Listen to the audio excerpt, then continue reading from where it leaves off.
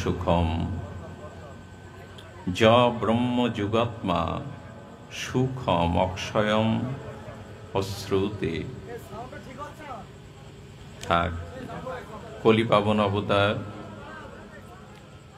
শ্রী শ্রীকৃষ্ণ চৈতন্য মহাপ্রভু পতিত পাবন পতিত উদ্ধারণ দয়াল নিতাই চাঁদের মহানুকম্পায় রাধা মাধবের অহিত কি করুণায় শ্রীধর মাসিস্থ, একটু ভলিউমটা বাড়িয়ে দাও বাবা, শ্রীধর মাসিস্থ কৃষ্ণপক্ষীয় সুমঙ্গল মাঙ্গলিক ভগবতীয় কথা সুধাযজ্ঞের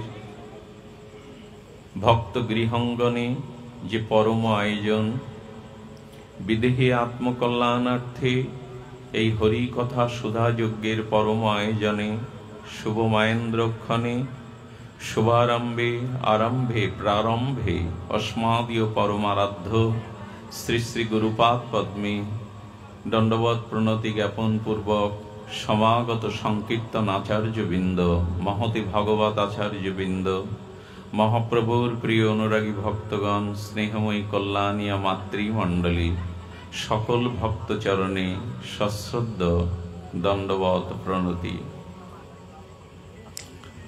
বলছেন বাহ স্পর্শেষু অসক্তা বিদ্যন্তি আত্মানি যত সুখম য ব্রহ্ম যোগ যুগাত্মা সুখম অক্ষয়ম অশ্রুতে। গীতাকার অখণ্ড পরতত্ত্ব ভগবান বলছেন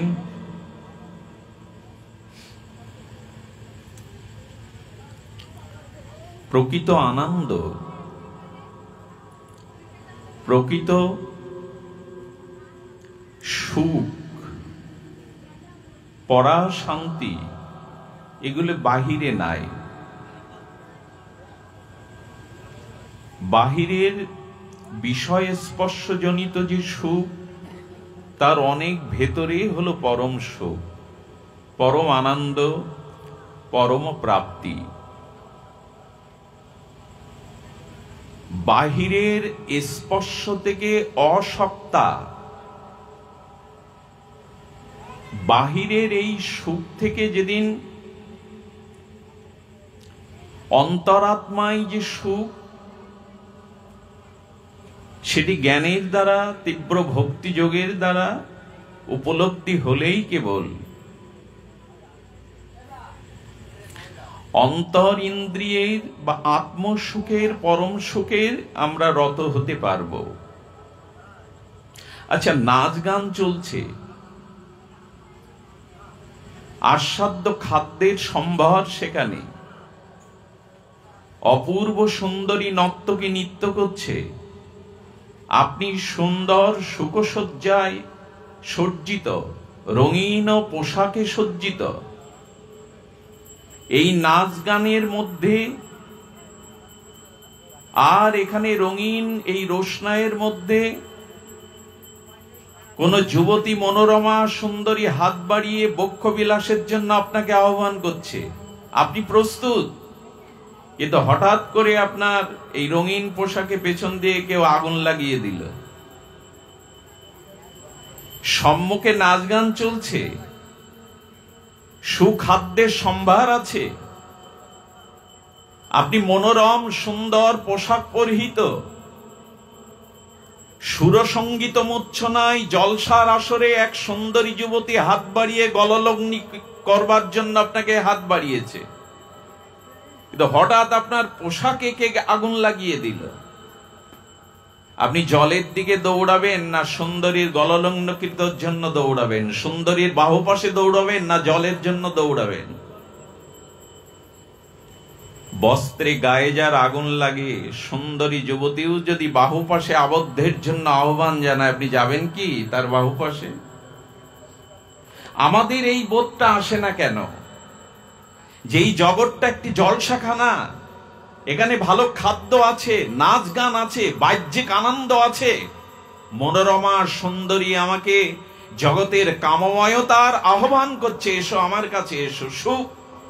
কিন্তু মহাপ্রভু বলছে আগুন লেগে গেছে তোমার ভেতরে, তুমি জলে ঝাঁপ দাও, ওদিকে গিয়ে পুড়ে মরবে, জলে ঝাঁপ দাও। এই জলটাই হলো হরিকথার সুধা ঝর্ণা, সাধু সঙ্গের সুধা ঝর্ণা। ঝাঁপ দাও, ওদিকে যেও না, ভেতরে যায়। তিনি উপলব্ধি আসে না। আপনি অন্ধকার পথে গভীর জঙ্গলে পথহারা হয়ে হারিয়ে গেছেন, যেতেই পারেন। পথ চলা কোন পথিক তার লক্ষ্য হারিয়ে রাতের গহীন অন্ধকারে আর জঙ্গলের মধ্যে চলে গেছেন। মশার কামড়, শপথ সংকুল জীবজন্তুর হুঙ্কার, পথহারা, ক্ষুধার্ত আপনি, তৃষ্ণার্ত আপনি। গভীর রজনীতে কোন চেনা পথিকের সন্ধান পেলেন। তিনি বললেন, ভয় নাই, আমার বাড়ি পাশেই, আপনি চলুন আমার সাথে। আচ্ছা, আপনাকে নিয়ে গিয়ে উপযুক্ত স্নান আদি কৃত করে আর আপনার ক্ষুধা নিবৃত্তির জন্য আহার্য দিলেন, বললেন এখানে বিশ্রাম নিন। ওই লোকটা ভুলেও কি এই পরম জনের আশ্রয় ছেড়ে আবার জঙ্গলে যেতে চাইবে? যাওয়া উচিত। আমরা তো যাচ্ছি। সদ্গুরুদেব মহাত্মারা বললেন, সংসার রূপ জঙ্গলে ঘুরছিলে তুমি পথহারা হয়ে, এখানে কামনা বাসনা হিংস্র জীবজন্তু তোমাকে তাড়াচ্ছিল, আর বিষয় বাসনায় আত্মক্ষুধায় তুমি ছিলে কাতর। সদ্গুরুদেব তোমাকে পথ চিনিয়ে নিয়ে তোমাকে আহার্য দিল, তোমাকে নিরাপত্তা দিল, এরপরেও কি সংসারের কামনার পথে আর তুমি যাবে? কিন্তু আমরা তো যাই কি না? মহাপ্রভু বলছেন, এর মধ্যেও কেন আবার যাবে তুমি? সমস্যাটা আমরা আসি উদ্ধারিত আত্মনা ন আত্মা অবসাদয়ে।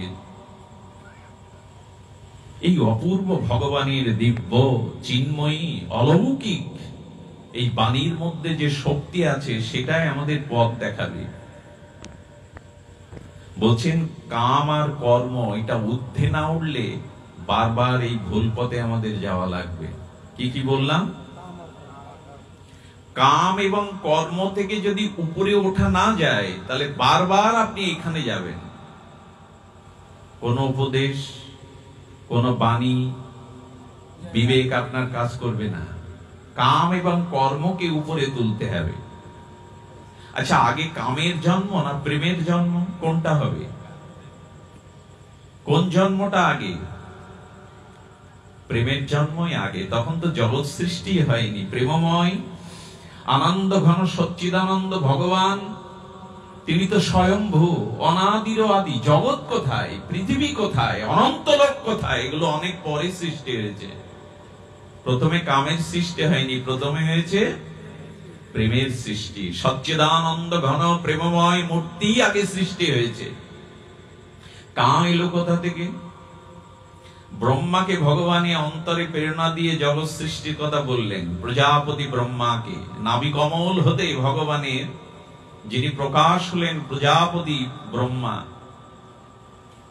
তিনি সনন্দ সনাতন সনত কুমার এই শান্ত ভক্তদের সৃষ্টি করলেন। 10 মরীচিকে সৃষ্টি করলেন। ব্রহ্মার সৃষ্ট যারা, তারা সংসার সৃষ্টি না করে বাবাজি হয়ে বৈরাগ্য নিয়ে সব মুক্তির পথে চলে গেল। ব্রহ্মা বলছেন, ভগবান আমাকে সৃষ্টি করতে বলেছেন, এ তো সৃষ্টি হওয়া সম্ভব না, সব ত্যাগ বৈরাগ্য বাবাজি হয়ে মুক্তির পথে যাচ্ছে। ব্রহ্মা তখন চিন্তায় পড়ে গেলেন। জগৎ বিস্তারের জন্য, জগৎ বিস্তার করবার জন্য জগতে মায়া দরকার, আর সেই মায়ার মধ্যে সর্বশক্তিশালী হলো, উনি চিন্তা করে ধ্যান করে পেলেন, কামই হলো জগৎকে, জগতের মানুষকে আবদ্ধ করতে পারে, পথ হারা করতে পারে। সবাই তো বাবাজি হয়ে মুক্তি পাচ্ছে, তো জগৎ রক্ষা হবে কি করে?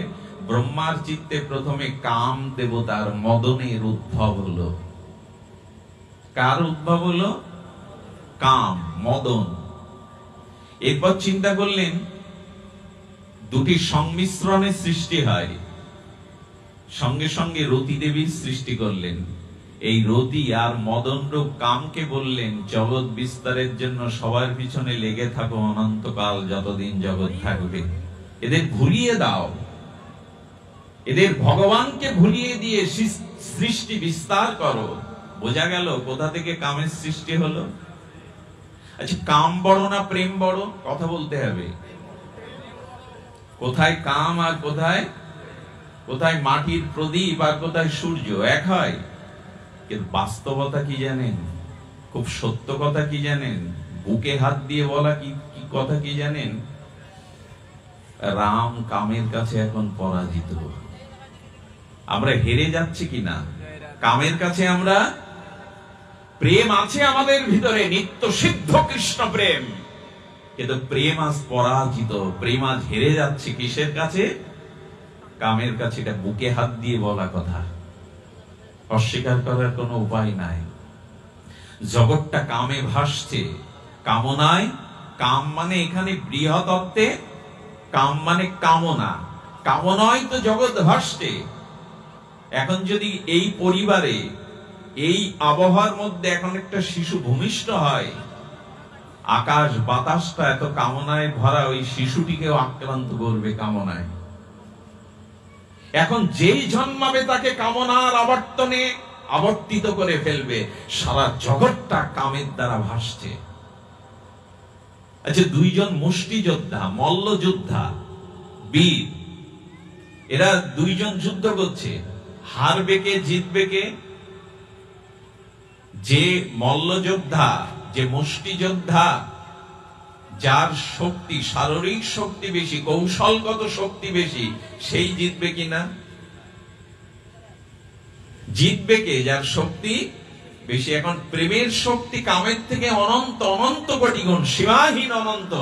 তবু কেন প্রেম বা রাম পরাজিত হচ্ছে? এর উত্তর আমরা খুঁজবো আজ। কেন হেরে যাচ্ছে আমরা?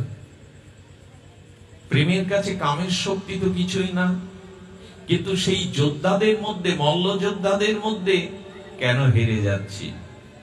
হেরে যাওয়ার কারণ হলো এই।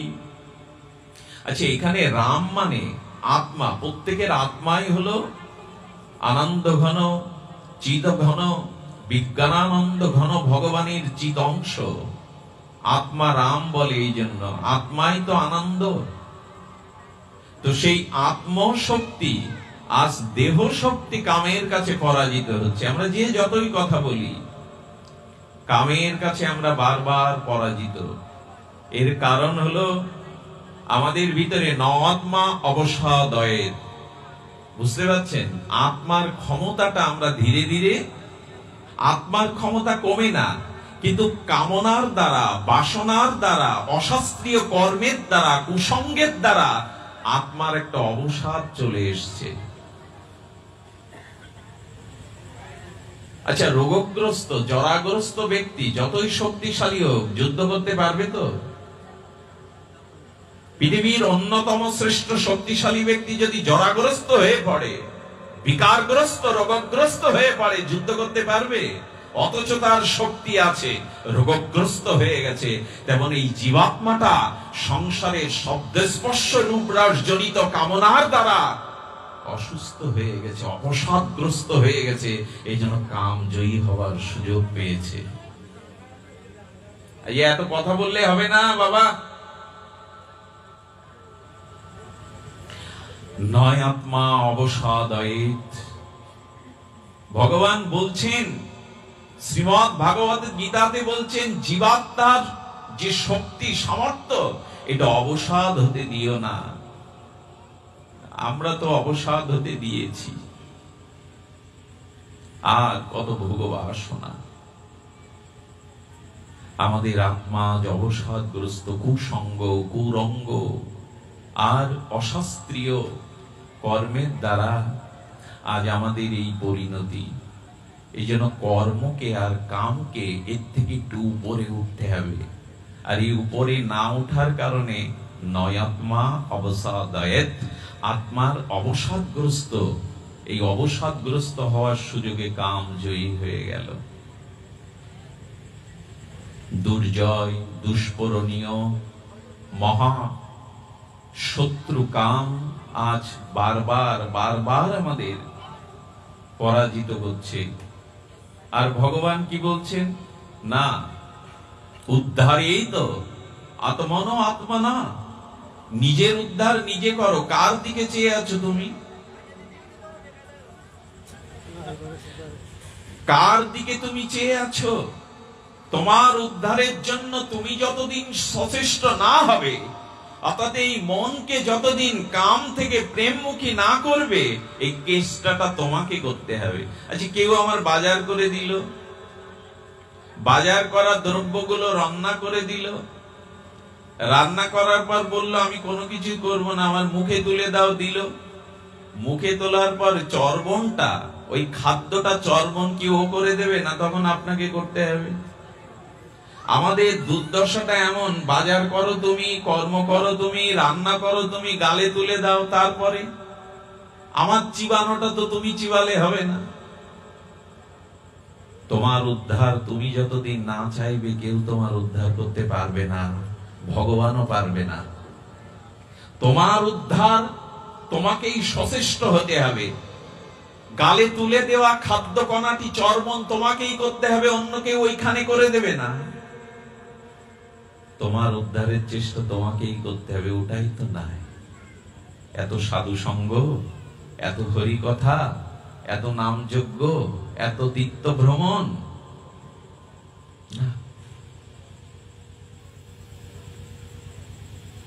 কাম জয়ী হয়ে যায়, প্রেম পরাজিত বারবার বারবার। এর কারণ হলো যে নিজের উদ্ধারের চেষ্টা আদৌ আমাদের নাই। আর এই নিজ উদ্ধারের চেষ্টা করতে গেলে কাম ও কর্মের, বারবার শব্দটি আমি প্রয়োগ করছি, উল্লেখ করছি, কাম ও কর্মের উপরে উঠতে হবে, আর অহমতা আর মমতা এইটির উপরে উঠতে হবে। কি চারটি জিনিস বললাম? কাম আর কর্ম, অহমতা আর মমতা। এর ঊর্ধ্বে না উঠতে পারলে আমি পরাজিত হবই হব, মুক্তি নেই। অক্টোপাস হতে, কামনার পাশ হতে আমার মুক্ত নেই। এই জন্য দেখুন, রাম, সীতা এবং লক্ষ্মণজি, রাম ও সীতাজি পঞ্চবটী বনে সৎসঙ্গ করছেন। সাধুজন, শ্রেষ্ঠজন, ভক্তজন একত্রিত হলে তারা কি করবে? বিষয় কথা বলবে, কাম কামনার কথা বলবে, বাণিজ্যের কথা বলবে? তারা তো হরি কথা রসে মগ্ন হবে, হরি কথা বিবাহিত চিত্তে তারা হরি কথা বলছেন। আচ্ছা, সৎসঙ্গ করছে স্বয়ং ভগবান রাম, স্বয়ং ভক্ত লক্ষণ, আর ভক্তি দেবী স্বয়ং লাদিনী সীতা ঠাকুরানী। সৎসঙ্গ যেই বিশ্রাম দিল, সেই শূর্পণখা এসে হাজির। এ কথার রহস্য কি? তুমি যতই সৎসঙ্গ করো, ভজন করো, কাম তোমাকে ছাড়বে না। কাম সৎসঙ্গ করার পরেও আর হরিকথা শোনার পরেও কাম কিন্তু ওখানে কামনা, শূর্পণখা এলো। শূর্পণখা কি রাক্ষসী রূপে এসেছিল না অপূর্ব সুন্দরী রূপে এসেছিল? আচ্ছা, এখানে সৎসঙ্গের পরে আসবে কেন? সৎসঙ্গের আগে আসুক। সৎসঙ্গের আগে শূর্পণখা আসুক, কামনা আসুক। এখানে শূর্পণখা মানে ও তো এক বুক কামনা নিয়ে এসছে, তা কামনা সৎসঙ্গের পরে আসবে কেন? বলেন, বাবা যারা সাধুকথায় নাম লিখিয়েছেন, সদ্গুরু চরণাশ্রয় করেছেন, একটু হরিনাম ভজন আদি করেন, এই ভজন করা, সাধু সঙ্গ, গুরু আশ্রয়ের পরপরই পরীক্ষার সময়। আচ্ছা, পরীক্ষা দিয়ে পড়তে হয় না পড়ে পরীক্ষা দিতে হয়? আপনি ভজন সাধন করছেন, সাধু সঙ্গ করছেন, এই জন্য কামনা বারবার আপনার সামনে আসবে। রামের সামনেই শূর্পণখা। বাল্মীকি বলছেন, আচ্ছা শূর্পণখা কি রাক্ষসী রূপে এলো, সুন্দরী রূপে এলো? তেমন কামনা যখন আমাদের জীবনে আসে, তখন কুৎসিত রূপ নিয়ে আসে না, সুন্দরী রূপ নিয়েই আসে। এই জন্য মানুষ এড়াতে পারে না। কাম কামনা যখন আমাদের জীবনে আসে, কুৎসিত রূপে আমরা তাকে দেখি না, তখন সুন্দরী রূপেই আসে। এই জন্য তবে সাথে যদি ভক্তি থাকে, তীব্র ভক্তি যোগেন যজতে পরমং পুরুষ, সাথে যদি সীতা থাকে ভয় নেই। রামের দিকে যত শূর্পণখা সুন্দরী তাকাচ্ছে, রাম তাকাচ্ছে সীতার দিকে। সীতা মা বলছেন, প্রভু আমার দিকে বলে বাঁচবার উপায় কেবল তোমার দিকে তাকালেই, ভক্তির দিকে তাকালেই কেবল শূর্পণখার ও কামের হাত থেকে বাঁচা যাবে। আমাদের দৃষ্টি তো সীতার দিকে যায়। সীতা মানে এখানে ভক্তি, লাদিনী অধীশ্বরী ভক্তি, ওই দিকে দৃষ্টি দিলেই বাঁচবেন, নাহলে শূর্পণখা। আচ্ছা, নাক কান কেটে দিল কেন? রাম ভগবান জগৎকে দেখালেন, কামনা কামিনী যত সুন্দর বেশে আসুক, যদি নাক কান না কাটতে পারো তোমার রেহাই নেই। আমাদের আর কাটা হয়েছে, আমাদেরই নাক কান কাটছে। অনন্ত ভোগবাসনা, কামনা বাসনা। এই জন্য যারা সদ্গুরু চরণাশ্রয় করেছেন, মালা তিলক নিয়েছেন, নিত্য সাধুসঙ্গ হরিকথা সেবা করেন, মনে করবেন না আপনি রেহাই পেয়েছেন। এইখানে শূর্পণখা পরে আসবে, পড়াশোনার পরে পরীক্ষা আসবে, সৎসঙ্গে নাম লেখানোর পরেই কাম বেশি করে আসবে। সতর্ক তো আমরা, আর সতর্ক হয়েছি। 12 মণ কাঠে পোড়ালেই তবে সতর্কতা, আর এর আগে সতর্কতা আসছে আমাদের, এর আগে আর সতর্কতা আসছে। এই জন্য কাম থেকে একটু উপরে ওঠা দরকার। আর উপরে উঠতে গেলে রামচন্দ্র ভগবান দেখালেন, আমি ভগবান, আমারও সাহস নেই কামের দিকে তাকাতে, এই জন্য আমি সীতার দিকে তাকাচ্ছি, বারবার ভক্তি দেবীর দিকে তাকাচ্ছি। আমাদের দৃষ্টিটা ফেরানোর দরকার। আসলে সর্বনাশ হলো এই দৃষ্টিতে। সর্বনাশ কোথায়? দেখাতে। আজকের দিনে 90% মানুষের পতনের কারণ হলো এই চোখ। কত শতাংশ? 90%। এই জন্য বিল্লমঙ্গল ঠাকুর, আবার ভুল করে আমায় ভাববেন না, ইন্দিরা গান্ধী আর কলার খান্দি তো এক না, আমারে ভাববেন না, আমাদের সাধক বিল্লমঙ্গল, কবি চূড়ামণি প্রেমিক ভক্ত ঠাকুর বিল্লমঙ্গল। আর এমন ব্রাহ্মণ পণ্ডিত হয়ে চিন্তা নামক বেশ্যার রূপে পড়ে গেল। এত লোক গালি দেয় আর এত লোক কলঙ্ক দেয়, ধার ধারে নাম।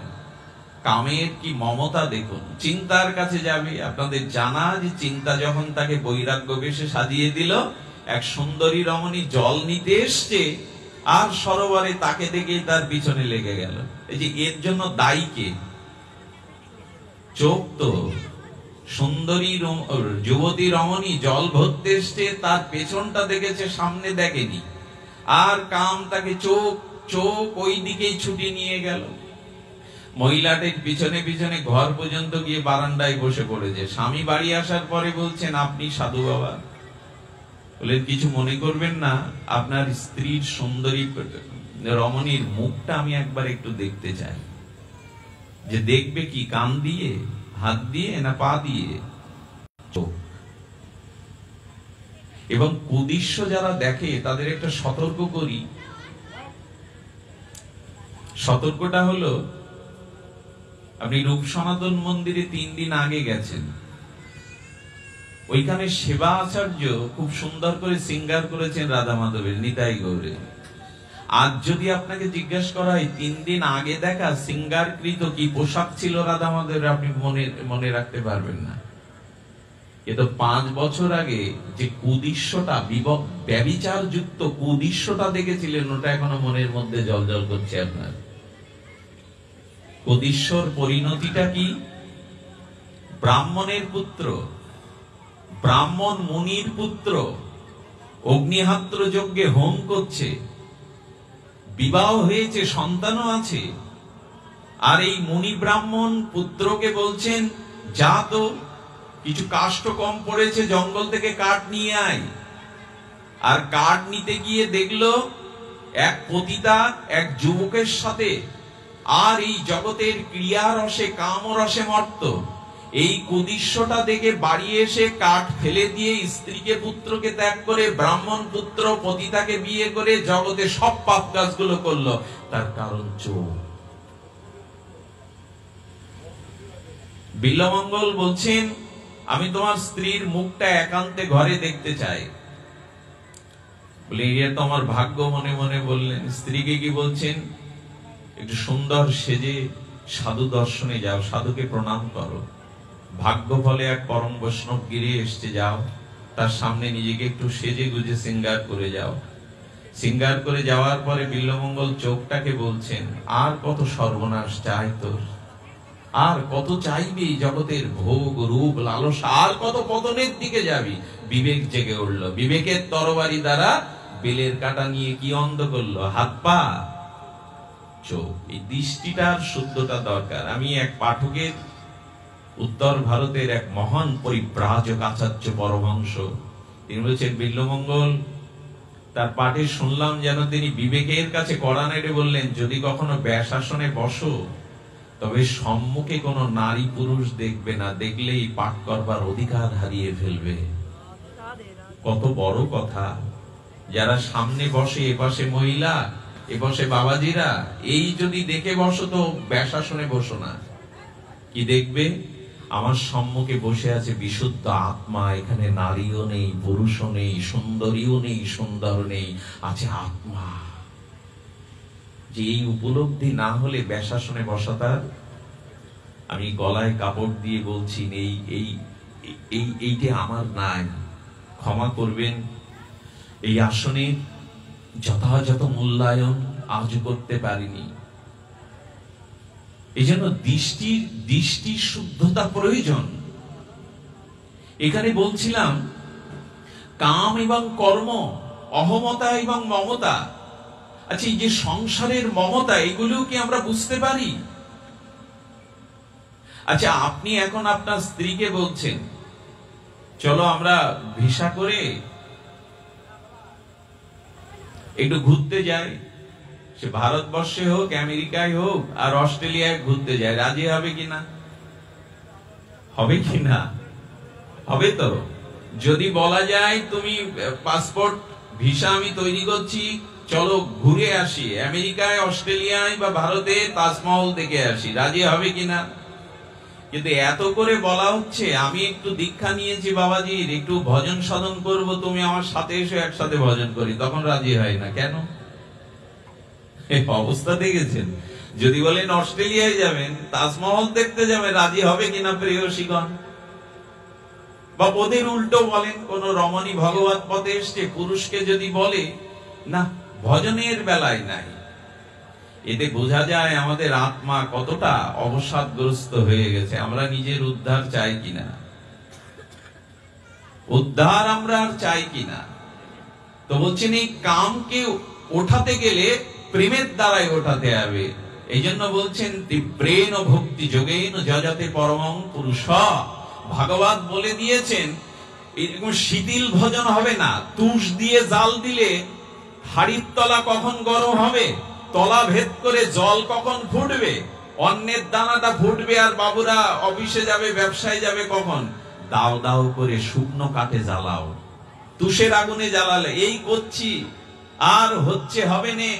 আজকে 16 মালা তো কাল 8 মালা, তারপরে 4 মালা, হচ্ছে হবে নে বলে অলসতা যাদের, তাদের কখনো কৃষ্ণ ভজন হয় না। এই জন্য ভগবান বলছেন, নাত্মা অবসাদয়ে, আত্মাকে অবসাদগ্রস্ত হতে দিও না। তীব্রেণ ভক্তি যোগেন, এই শব্দটা কেন? যদি ভজন করতে হয় তীব্রভাবে লেগে উঠে পড়তে হবে। কি করতে হবে? তীব্রভাবে। আচ্ছা, তীব্রভাবে কেমন? এক বাবাজি মহারাজ যেতে যেতে দেখছেন এক শিব মন্দিরের দুয়ার ওখানে পড়ে গেছে, দুটো পাট দরজার, একটা পাট ওখানে নেয় আর একটা পাট পড়ে আছে। আর এই উন্মুক্ত আর মন্দিরের দেখে সেই শিবলিঙ্গটাও চুরি হয়ে গেছে। উনি গ্রামের কিছু লোকদের ডাকলেন, জয় রাধে, জয় রাধে, জয় গৌ সুন্দর। গ্রামের কিছু লোকদের ডাকলেন, ভালো করে শুনুন।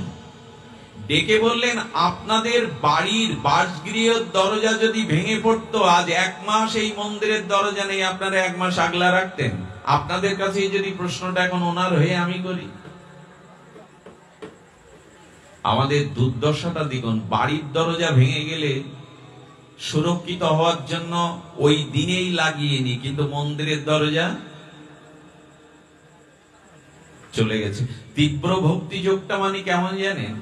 আচ্ছা, আপনার পুত্রের কোনো অসুখ হয়েছে, না করুক, অসুখ হয়েছে, আচ্ছা আপনি মন্দিরের দরজা লাগাচ্ছেন না, বিগ্রহ চুরি হয়ে গেছে, সবাই মিলে আরেকটা বিগ্রহ প্রতিষ্ঠা করছেন না, বলেন হ্যাঁ এখন মানুষের অভাব যাচ্ছে, ব্যবসা বাণিজ্য ভালো নেই, পরে দেখা যাবে। আপনার ছেলের অসুখ হলে ডাক্তার যদি 1 লাখ টাকা দাবি করে 2 দিনেই অপারেশন করতে হবে, তীব্রতা আসবে কিনা? জমি জমা দোকানদারি ঘুচিয়ে আপনি ওই টাকা জোগাড় করে ডাক্তারের দেবেন কিনা? বলেন ভজনের জন্য, এই ছেলের জন্য যেমন তাড়াতাড়ি সব বেচে ডাক্তারবাবুকে টাকা দেন অপারেশনটা কালকেই করা, যদি সদ্গুরুর কৃপা পেয়ে কারো ভজন তীব্র বেগে চলতে থাকে, সেই কেবল কাম জয় করতে পারবে। অবসাদগ্রস্ত লোকের, তেতেলে স্বভাবের লোকের কৃষ্ণ ভক্তিতে কাম জয় হবে না। শব্দগুলো কিভাবে দিয়েছেন। আচ্ছা ব্যবসায়ী কি চাই? তাড়াতাড়ি তার ব্যবসা পুঁজি বৃদ্ধি হোক, চায় না বাবা? যে ব্যবসায় নেমেছে চাই না তাড়াতাড়ি টাকা বৃদ্ধি হোক? যে জ্ঞানী সে চাই না আমি তাড়াতাড়ি জ্ঞান লাভ করুক? যে রূপবান সে চাই না আমার আরো রূপটা বেশি দিন উজ্জ্বলকৃত হোক? ভক্তির বেলায় শিথিলতা কেন? তীব্রতা ভক্তির বেলায় নেই কেন? বাবা দীক্ষা নিয়েছেন, নিয়েছি, প্রসাদ ভোজি হয়েছেন, চেষ্টা করছি। আচ্ছা ডাক্তার যদি বলে আর আপনাকে এই কটা দিন এই অসুখ হয়েছে, আচ্ছা আমরা জল 6 লিটার 8 লিটার খাই, কিডনি এফেক্ট হলে কিডনি রোগগ্রস্ত রোগীর জন্য যদি বলে ½ লিটার জল, ওর বেশি আর তখন খায় কেউ তৃষ্ণা লাগলেও? খাই কি বাবা? তো ভক্তিটাকে তীব্রতা বাড়াতে বলেছেন। আমাদের আর তীব্রতা, আমরা যা করি তো ভালোই জানি। আজকে মালা জাপ করেছো, কাজ ছিল। আজ একটু ঠাকুর ঘরে গিয়েছিলে, কাজ ছিল। আর কত ছেলের অসুখের টাকাটা সঙ্গে সঙ্গে জমি জমা বন্ধক রেখে দাও, অথচ মন্দিরের বিগ্রহ নাই, দরজা নাই, তার জন্য সময়ের অপেক্ষা। বলে তীব্রেন ভক্তি যোগেন যজতে, যদি পেতে চাও এই জন্মেই পেতে হবে, এরকম তীব্রতা বাড়াও। কিরকম জানেন? একবার গোপীরা, শুনছেন তো? ঘুম পাচ্ছে না তো আপনাদের? আমার কথায় ঘুম আসারই কথা, আমার তো জাগরণের ক্ষমতা নাই, না ঘুমাই শুনুন। গোপীরা ছুটে চলেছে, গোবিন্দ করেছেন কি গোপীদের একটু বোকা বানাবে বলে নারায়ণ মূর্তি ধরেছেন। এখন গোপীরা তো কৃষ্ণকে চায়, জগতে আর কাউকে চেনে না, কিন্তু নারায়ণ ওদের উপাস্য। গোকুলে কার উপাসনা করে নন্দ বাবা যশোদা?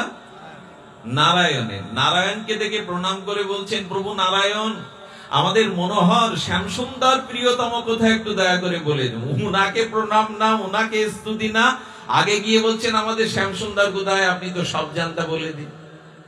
গোবিন্দ বলছেন ধন্য তোমাদের ভক্তির তীব্রতা, সামনে নারায়ণ দাঁড়িয়ে, তাকে প্রণাম নেই, তার কুশল জিজ্ঞাসা নেই, কোথায় আমাদের মদন মোহন শ্যামসুন্দর, বলে দাও। গোবিন্দ বলছে পরীক্ষা করি তোদের ভক্তির তীব্রতাটা কেমন। উনি বলছেন কি ওই পাহাড়ের ওই পাশে উনি গরু চড়াচ্ছেন, বংশী বাদন করছেন। গোবিন্দ মায়ার দ্বারা পাহাড়ে দাও দাও করে আগুন জ্বালিয়ে দিয়েছে। কি জ্বালিয়ে দিয়েছে? আগুন।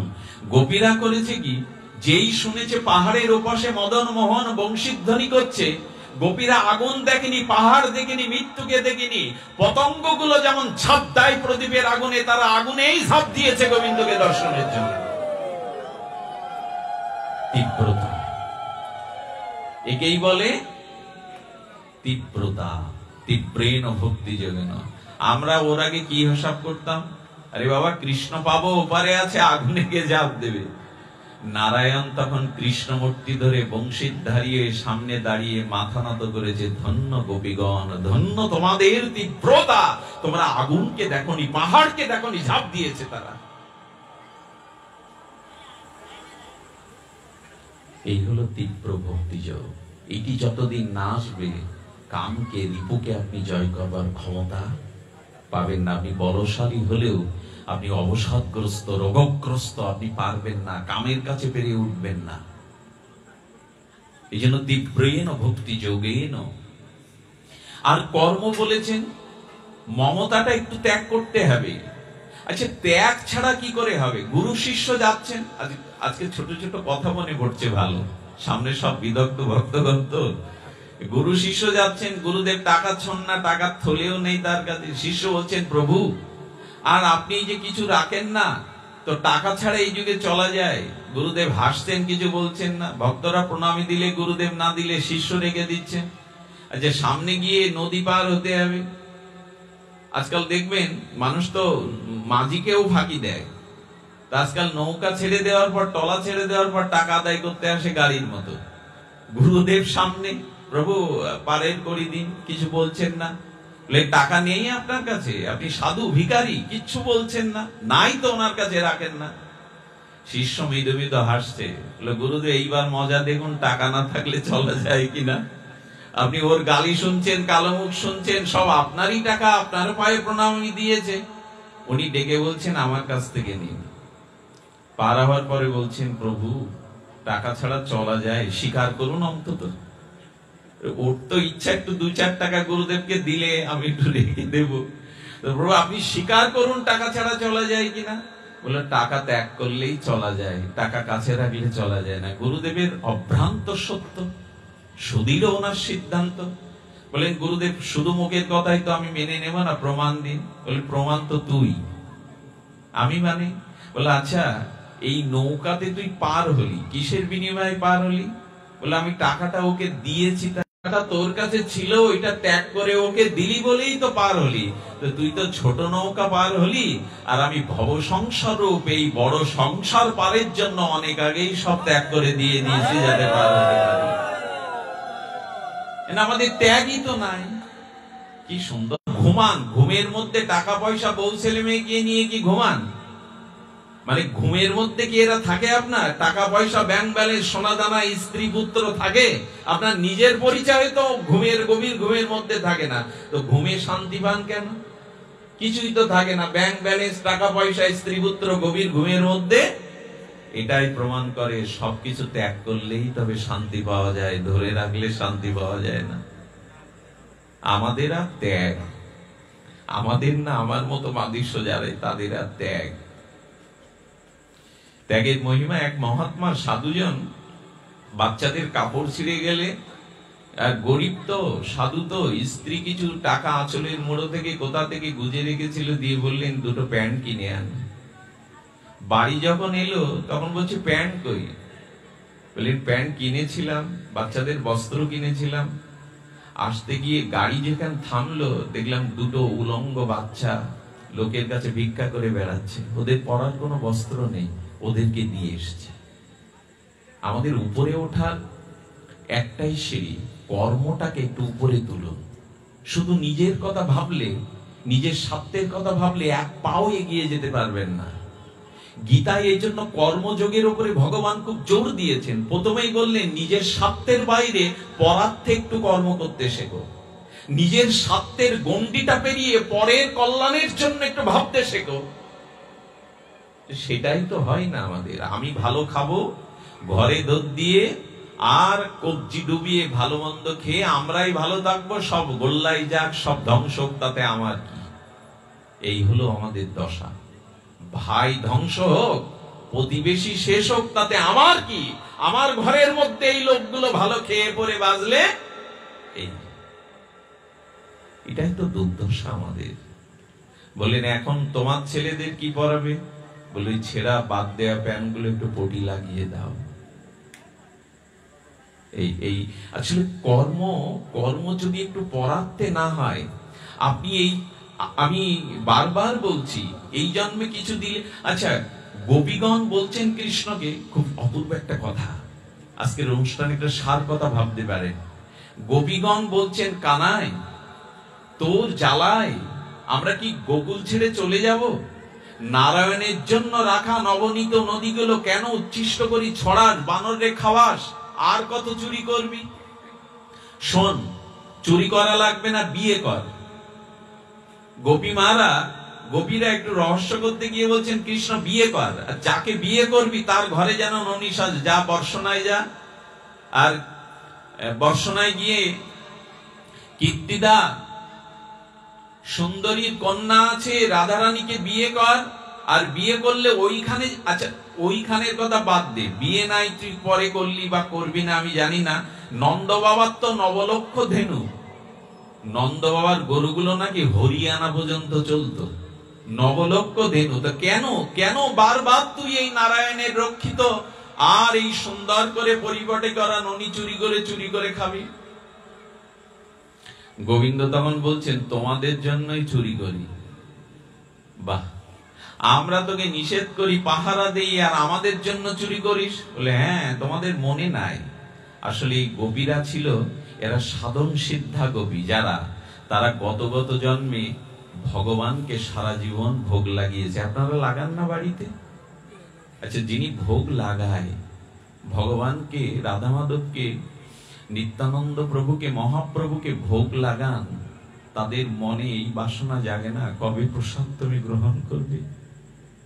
শ্যাম সুন্দর, হে নিত্যানন্দ প্রভু, কবে এক মুষ্টি এর থেকে তুমি নেবে? কবে আমার ভোগ নিবেদন সার্থক হবে? তুমি কি নেবে না?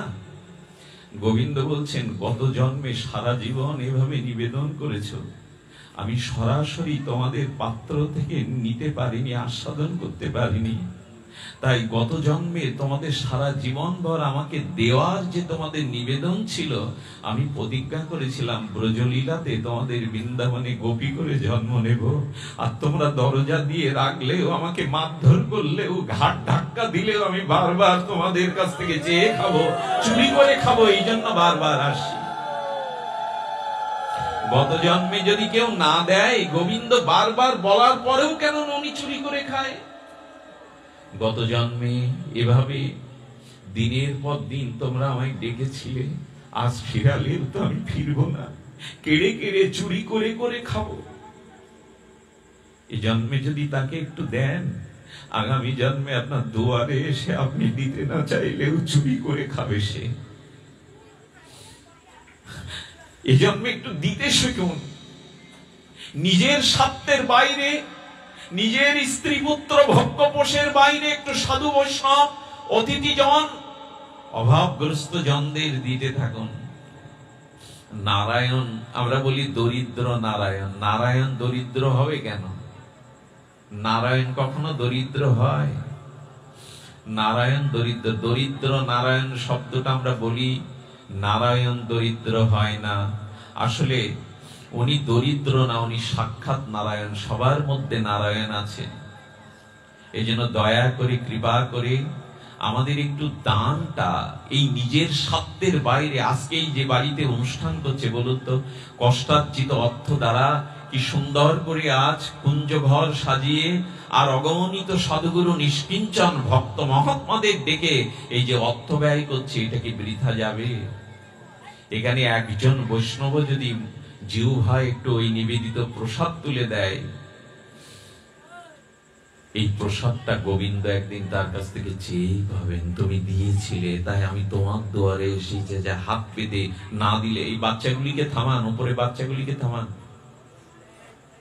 আজকে গোবিন্দ চেয়ে খেতে এসছে, এই জন্য দেওয়ার মানসিকতাটা রাখতেই হবে। না দিলে কি পাওয়া যায়? না দিলে পাওয়া যায় না। এই জন্য শিবপুরাণীর একটা কথা মনে পড়ল। শিবপুরাণীর একটি কথা হলো, একজন ব্রাহ্মণ ছিলেন, সেই ব্রাহ্মণ গায়ত্রী জপ করতেন, মন্ত্র নিয়েছিলেন, কিন্তু কি হলো, তিনি গায়ত্রী জপ করতেন বটে, কিন্তু অতিথি পরায়ণ ছিলেন না, তিনি দাতা বা দানী ছিলেন না, কাউকে কোনোদিন দান করেননি, অথচ তিনি ব্রহ্ম গায়ত্রী নিষ্ঠার সহিত 3 বেলা জপ করেছেন। তো ব্রহ্ম গায়ত্রী নিষ্ঠার সহিত যিনি জপ করে, তিনি ব্রহ্মালোকে যান। তিনি মৃত্যুর পরে ওনার জীবাত্মা ব্রহ্মালোকে গেছে, কিন্তু ব্রহ্মালোকে ওই বিশুদ্ধ আর সেই জীবাত্মাটা শুদ্ধতা প্রাপ্ত হয়ে, আর ওনার গায়ত্রী জপের দ্বারা, ত্রিসন্ধ্যা নিষ্ঠার সহিত গায়ত্রী জপের দ্বারা ব্রহ্মালোকে যাওয়ার পর লক্ষ্য করছেন চারিদিকে সব যোগীরা মুনিরা ব্রহ্ম ধ্যানে লীন, পরমানন্দে লীন, কিন্তু উনি গিয়ে দেখলেন ব্রহ্মালোকে গিয়ে ওনার ক্ষুধা লেগেছে, তীব্র জঠরগ্নিতে ক্ষুধা লেগেছে। উনি বলছেন এখানে কিছু খাদ্য হবে। অন্য যোগীরা হাসছে, কারণ ওরা তখন আত্মক্ষুধায়, মানে আত্মক্ষুধা ওরা পান করছে ব্রহ্মার সেই গায়ত্রী ধ্যান, যোগীগণ ধ্যানীগণ, ওরা তো আত্মরামে, আর ব্রহ্মালোকে গিয়ে পরমানন্দে ওদের তো ক্ষুধা তৃষ্ণা জরা মৃত্যু ওখানে আপাতত নাই।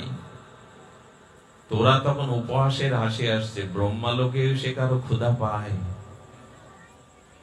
সাক্ষাৎ ব্রহ্মাকে নিবেদন করলেন, প্রভু তোমার লোকে কারো ক্ষুধা তৃষ্ণা থাকে না, আমার লাগছে কেন? শুনছেন তো? খুব খুব শিব পুরাণে এই তাৎপর্যটা শোনার পরে আমি আধা ঘন্টা স্তম্ভিত হয়েছিলাম। কি অপূর্ব শিবপুরাণে এই মহিমা। ব্রহ্মা তখন বলছেন, হেসো না, ওকে ওর কারণটা জানতে দাও, যে ব্রহ্মলোকে সত্য লোকে এসেও কেন ওর ক্ষুধা পাচ্ছে। ক্ষুধা পাচ্ছে এই কারণে, বাবা তুমি ব্রহ্ম গায়ত্রী জপের ধ্যানের দ্বারা, সেই কর্মের দ্বারা ব্রহ্মালোক পেয়েছো, কিন্তু জগতে কোনো কাউকে কোনো কিছু দান করনি। ওই দান না করার দরুন এখানে এসেও ক্ষুধাটা তোমার ছাড়েনি, না দিলে পাওয়া যায় না। ক্ষুধাটা তোমার চিন্তা করা যায়, ব্রহ্মালোকে গিয়েও ক্ষুধা ছাড়ছে না, কারণ অন্যের ক্ষুধা সে কখনো নিবারণ করেনি।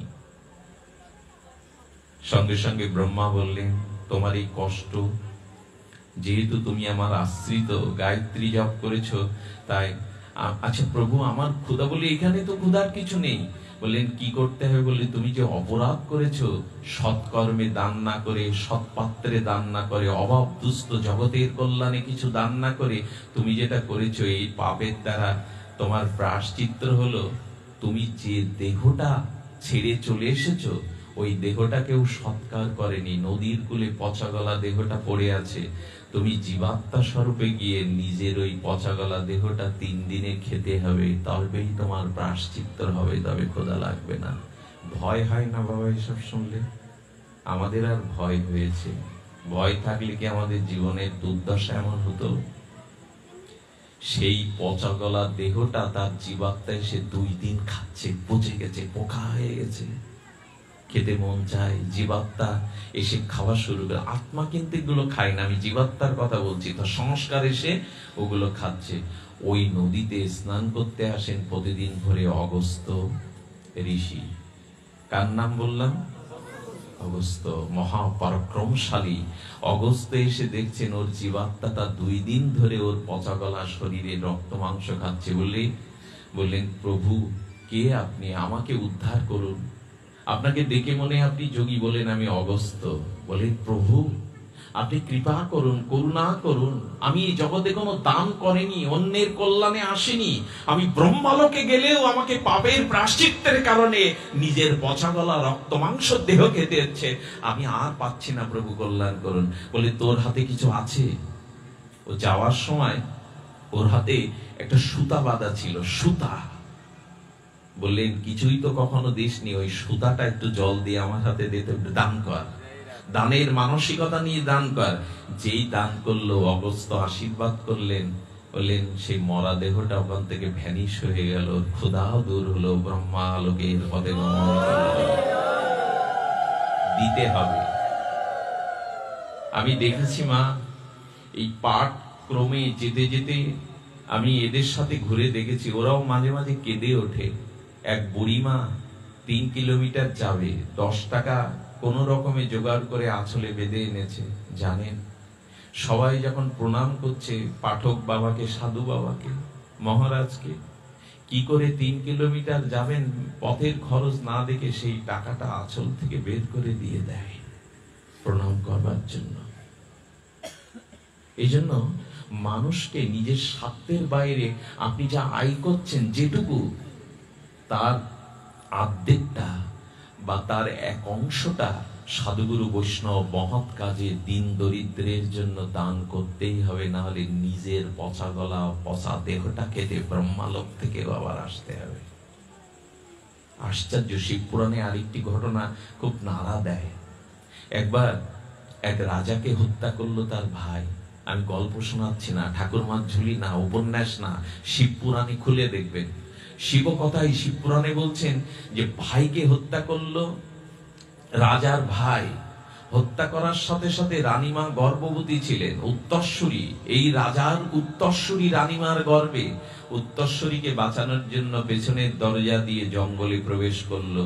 আমি মরি মরি, যদি সন্তানটাকে, প্রসবেরও সময় এসছে, তখন 1-2 দিন বাকি, অন্ধকারে জীবনের মায়া ত্যাগ করে সাফাত সংকুল দস্যুদের ভয়, মৃত্যু ভয় উপেক্ষা করে ভোরবেলা এক নদীর তীরে প্রসব বেদনা হলো, ওইখানে প্রসব হলো, রাজপুত্রের জন্ম হলো।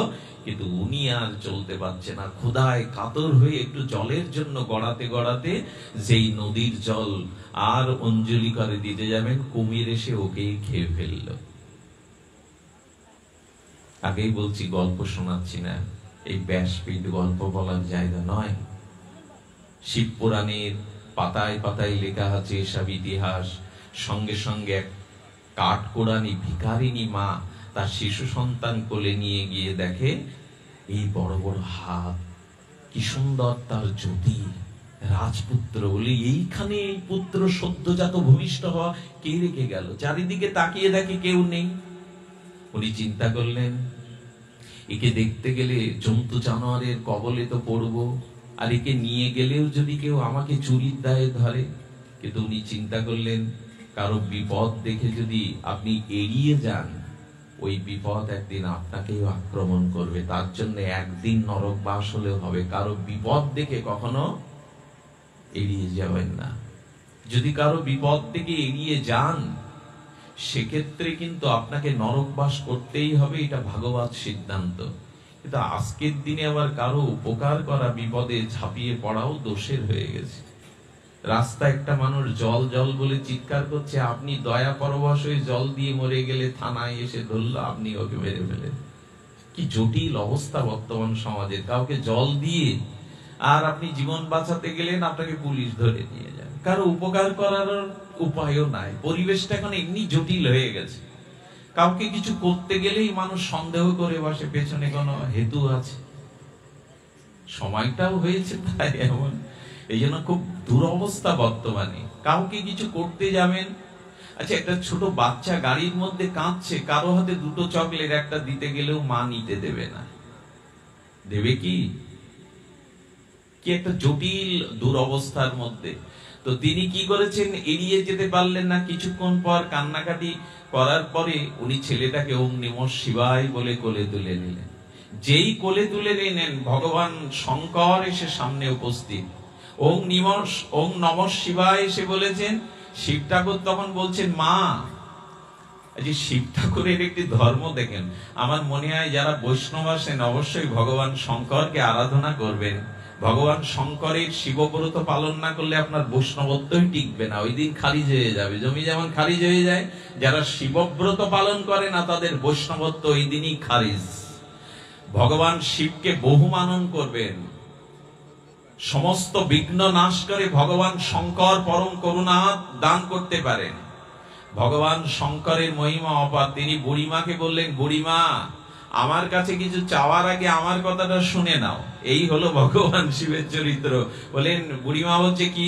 বলে, ছোট কিছু চাইবে না, বড় কিছু চাইবে। আমি ছোট কিছু দিতে আসি না, বড় কিছু দিতে আসি। এই হলো ভগবান শঙ্কর। বলেন, উনি আগে বলে নেয়, তুমি তোমার অল্প বুদ্ধিতে ছোট চাইতে শিখেছো, আমি বলছি বড় কিছু চাও, আমার কাছে ছোট কিছু। কত বড় করুণা বৎসল ভগবান শঙ্কর। বুড়িমা তখন বলছেন, চাওয়া আগে পড়ে মরুক, আপনি বলুন এই ছেলেটা কে? একে দেখে তো রাজার ছেলে মনে হয়। বলো, রাজপুত্র। তা রাজপুত্রই জঙ্গলে নদীর ধারে কেন শুয়ে আছে? তো বলছেন, শুয়ে থাকার কারণ হলো কি? বলছে, শোনো, ওর পিতা রাজা গতকালকে ওর ভাই হত্যা করে রাজ্য কেড়ে নিয়েছে। ওর যে মা প্রসব করেছিল ওই নদীতে জল খেতে গিয়ে কুমির ওকে নিয়ে গেছে, আর ও রাজার ছেলেটি গিয়ে এখন তোমার কোলে উঠেছে। বললেন, প্রভু কেন মরল? এর এই দুর্দশা কেন? শুনছেন তো, এ দুর্দশা কেন? বলে, দুর্দশার কারণ হলো গত জন্মে এই রাজাই ওর ভাইকে মেরে ফাঁকি দিয়ে তার সম্পত্তি নিয়েছিল, আর এ জন্মে সেই ভাই ওর গলা কেটে ওর রাজত্ব নিয়ে নিয়েছে। যা দিয়েছিল তাই পেয়েছে। আচ্ছা, দোলনাটা জোরে ধাক্কা দিলে আপনার দিকে আস্তে আস্তে আসবে না জোরে আসবে? আপনি যেমন করেছেন প্রাপ্তিটাও আপনার তেমনি। এই মুহূর্তে রেল বস্তিতে যে ছেলেটা জন্মাচ্ছে, হতচ্ছাড়া হতভাগ্য কাঙাল, তার পোশাকও নেই, মুখে দুধ দেওয়ার নেই, এ তো জন্মের পরে কোনো পাপ করেনি, এই মুহূর্তে জন্মেছে, তাহলে এর কেন দুর্দশা? আর টাটার ঘরে, বিড়ালার ঘরে যে জন্মাচ্ছে এখন যে ছেলেটা, সে কোটি কোটি ডলারের মালিক হয়ে যাচ্ছে, ও তো পরিশ্রম করেনি, কিছু করেনি, বলো গত জন্মে দিয়েছিল তাই পেয়েছে, গত জন্মেও দেয়নি বলে বস্তিতে জন্মেছে। সহজ হিসাব। এখানে ঈশ্বরের কোন পক্ষপাতিত্ব নাই। তুমি দাওনি তো পাবে কি করে? এই বৈষ্ণব ধারায়, বৈষ্ণব সঙ্গে মিশে দেখেছি যারা শুদ্ধ ভক্ত তারা নিজের দিকে তাকান না, সর্বস্ব দেওয়ার জন্য ব্যস্ত, সর্বস্ব দেওয়ার জন্য ব্যস্ত। এখানে আর নাম বলে কাউকে ছোট করব না। কেউ কেউ আছে নিজের সর্বস্ব বিক্রি করেও সাধুগুরু বৈষ্ণবের সেবার জন্য পাগল হয়ে ওঠেন। এরা বোকা না, এরা বোকা না। কেউ কেউ হাড়ি পাতিল বয়ে এনে বৈষ্ণবদের জন্য রান্না করে, কেউ কেউ হাড়ি পাতিল বাড়ি থেকে এখানে কে কি সেবা করবে জানি না, হাড়ি পাতিল বয়ে আনে। নিজের সর্বস্ব দিতে প্রস্তুত যারা, তারাই পায়। আমি বলেছিলাম কর্ম, কাম, অহমতা আর মমতা উপরে উঠতে না পারলে কাম জয়, প্রেম পাওয়া যাবে না। আমি সেই সিঁড়িতেই আছি, ওইখানে আটকে নেই। সিঁড়িটা হলো, বললেন ও দিয়েছিল। আচ্ছা, এর মা মারা গেল কেন রানী? বলে গত জন্মে ওনার প্রতি 2 বিয়ে ছিল, তো সতীনের প্রতি ওনার স্বামীর একটু বেশি দরদ ছিল, ওর গর্ভে সন্তান হয়েছিল, এই জন্য সেই সতীনকেও মেরে ফেলেছিল বিষ খাইয়ে, এই জন্য কুমিরের হাতে মরল। সন্তানকেও ওর মুখ দেখলো বটে, পালন করতে পারলো না। যেমন কর্ম, কর্মকে এড়ানো যাবে না, কোনোদিন যাবে না। আমাদের জীবনে এখন যা ঘটছে অতীতে আমাদেরই তৈরি করা। আচ্ছা, রামপ্রসাদের, সম্ভবত রামপ্রসাদের একটা গান আপনারা একটু শুনবেন তো, সার্চ করে তো পাওয়া যায় মনে হয় নেটে, গানগুলো এখন বাজে না।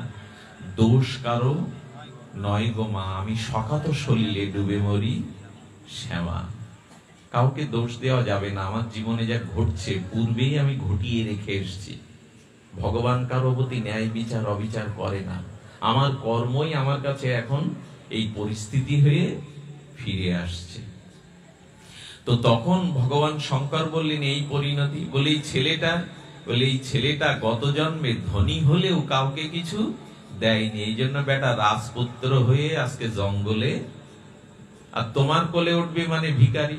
বললেন প্রভু আমি এত ভার বইতে পারবে না, উপায় বলে দিন। বলো বাড়ি চলে যাও, ওর নামকরণ করো, শম্ভু নাম রাখবে, কানে ওং নমঃ শিবায় মন্ত্র দেবে, ওদেরকে এই আমার মন্ত্র জপ করতে বলবে, আর 3-4 বছর হতে দাও, ব্যবস্থা আমার। শিব ঠাকুর জগৎকে দেখালেন দিতে শেখো, আর যদি না দিয়ে দুর্দশাগ্রস্ত হয়ে পড়ে থাকো তাহলে ভগবানের নাম নাও। ভগবানের নাম নিতে থাকো, একটা উপায় হবে। শিশুরা যখন কিশোর হলো, কিশোর থেকে যৌবনে পড়লো, তখন রাজার ছেলে কি পেল? রাজার ছেলে নৌকা ভ্রমণ করতে করতে গন্ধর্বলোকের এক সুন্দরী এসে তাকে টেনে পরীর মতো উড়িয়ে নিয়ে গন্ধর্বলোকে গিয়ে অর্ধেক রাজত্ব দিয়ে দিল গন্ধর্ব রাজের। আর ওং নমঃ শিবায় বলতে বলতে এই ভিখারি বুড়ির কোলে যে ছেলে ছিল, সে মাঠে ঘাস কাটতে যেত, জোন দিতে যেত, কোদাল মারার পরে শব্দ দেখে তাকে গুপ্তধন, ওটা পেয়েই সে একটা অঞ্চলের শ্রেষ্ঠ ধনী হয়ে গেল। বলুন ওং নমঃ শিবায় শান্তায় করুণাত্রায় হেতবে। ভগবান শঙ্কর কি? এই ভগবান শঙ্করের মহিমায় একজন গন্ধর্ব লোকের অর্ধেক রাজত্ব পেল, একজন ধনী হয়ে গেল। আমি বলি নিজের কর্মটা অন্যের জন্য একটু দোহাত প্রসাদিত করে দিতে শিখুন। কর্ম গেল, কাম যাবে কি করে? আগেই বললাম, এই কামকে দূরীভূত করবার একমাত্র উপায় আছে। সেই উপায়টা হলো ভগবানের নাম আশ্রয়, হরিকথার আশ্রয়। সিন্নান্তু সকথা কৃষ্ণ পূর্ণ শ্রবণ কীর্তন, হৃদয়স্থিত অভদ্রাণী বিধুনতি সুহৃদ শতম।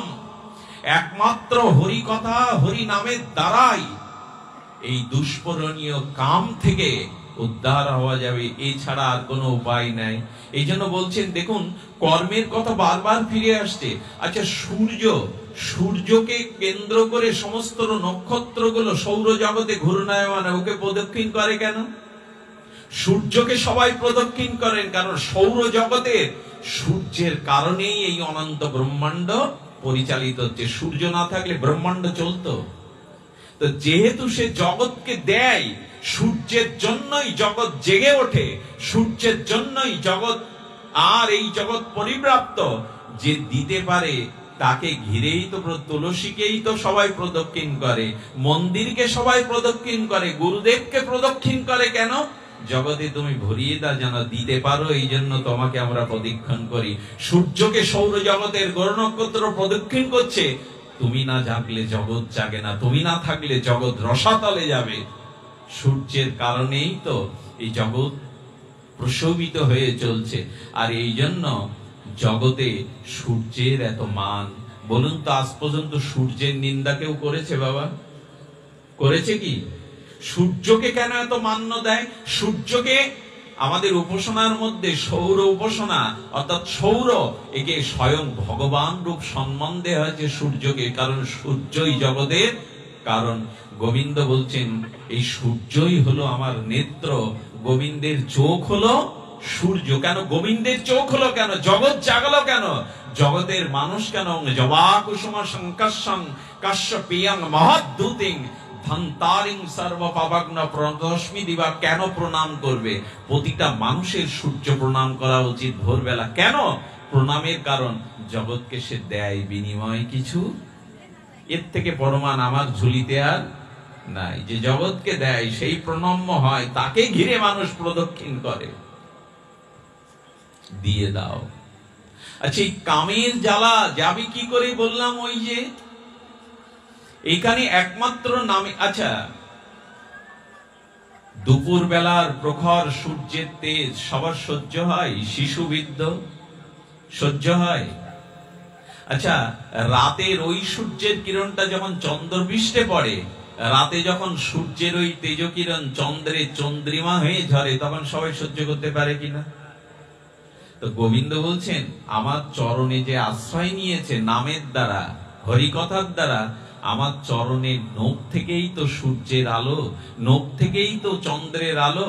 তো আমার চরণের নখাগ্র শীতলতা এমন, ওই সূর্যের কিরণ যেমন চন্দ্রে এসে পড়লে চন্দ্রের চন্দ্রিমার দ্বারা স্নিগ্ধ হয়, তেমনি আমার চরণ যে আশ্রয় করে, আমি তাকে শীতলতা দান করি। আর কামের তাপ তার থাকে না, আমি তাকে জগতে শীতলতা দান করি। এই জন্য চন্দ্রের চন্দ্রিমা যেমন সূর্যেরই প্রখর আলো, কিন্তু সেটা শান্ত, সমাহিত, স্নিগ্ধ, তেমনি গোবিন্দ চরণ যারা আশ্রয় করে, গোবিন্দ চরণের ওই সুতল সুশীতল আর করুণা ধারার চরণে স্নগ্ধ ভক্তকে গোবিন্দ কামের তাপ হতে, জগতের বিষয় তাপ হতে তাকে রক্ষা করে। শুধু ভক্তগণ, আর জ্বালা জোড়াবার কোনো উপায় নাই। হরিকথা শ্রবণ এবং হরিনাম গ্রহণ, আস্বাদন, এটার দ্বারাই তীব্রেণ ভক্তি যোগেন। বাড়াচ্ছি তো, নাম বাড়ছে তো আমাদের, এত নামের কথা বলা হচ্ছে, নাম বরঞ্চ আমাদের কমছে।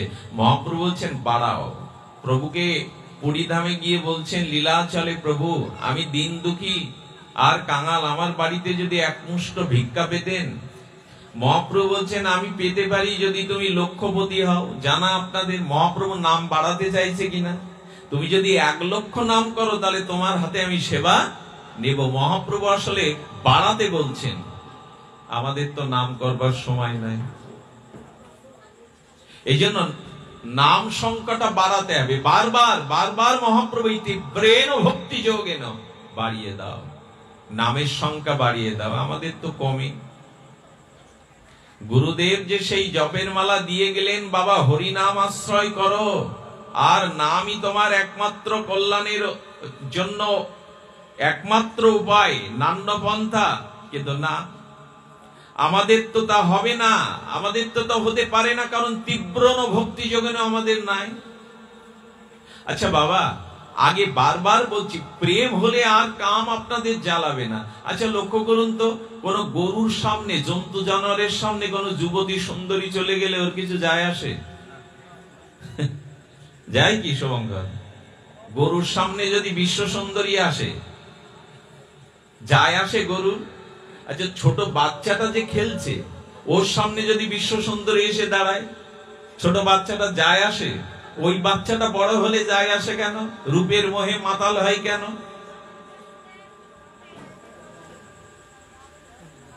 ভগবান বললেন শিশুর মতো হয়, একমাত্র শিশু করে দিতে পারে সাধুকে নাম আর হরি কথা। আমরা এত বাধ্য নাকি এইখানে 2 ঘন্টা মাটিতে বসবো, এতটা সুবাধ্য আমরা তো চঞ্চল। বসেছি কেন? বলো হরি কথা, হরি নাম, সাধু সঙ্গ মানুষকে শিশু সরল করে দেয়। শিশুর সামনে সুন্দরী হেঁটে গেলেও বা কি যায় আসে? সে তো প্রলোভিত হয় না। আর গাভীগুলোর প্রলোভিত হয় না কেন? কারণ তাদের ইন্দ্রগুলি ওই ভোগের দ্বারা লিপ্ত না। তো হরিনাম যিনি আশ্রয় করেছেন, হরি কথা যিনি আশ্রয় করেছেন, ভগবান বা ভক্তি তাকে শিশু বানিয়ে দেয়। তার সামনে সুন্দরী এসেও বা কি করবে তা? এই জন্য মহারাজদের দেখবেন ব্রজ থেকে যারা আসে যেন বড় শিশু। নজরুল নাম দিয়েছেন বিরাট শিশু। ভগবান কিচ্ছু বোঝে না, যশোদার কাছে গোপাল বিরাট শিশু, সব বোঝে আবার কিছুই বোঝে না। তো সরল গাও গাও সবে গৌরাঙ্গের গুণ সরল করিয়া, একটু অর্ধেক সরলতা না থাকলে গৌরাঙ্গের গুণ গেয়ে লাভ হবে না। সরল হও, সরলতাটাই চলে গেছে। তো সরলতাটা আসবে হরি নামে, সরলতাটা আসবে হরি নামে। এই জন্য নামাচার্য হরিদাস ঠাকুর, নামাচার্য হরিদাস ঠাকুরকে সর্বনাশ করতে যে এলো, তাকে উল্টে বলছে তুই আসিসনি মা। এই দেখুন নাম কি করে। লক্ষ্মীর আগে বলছে তুই আসিসনি বাবা, আমি আপনার সর্বনাশ করতে এসেছি, আমার নরকেও জায়গা হবে না। আরে মা তুই আসিসনি, কৃষ্ণই তোকে পাঠিয়েছে।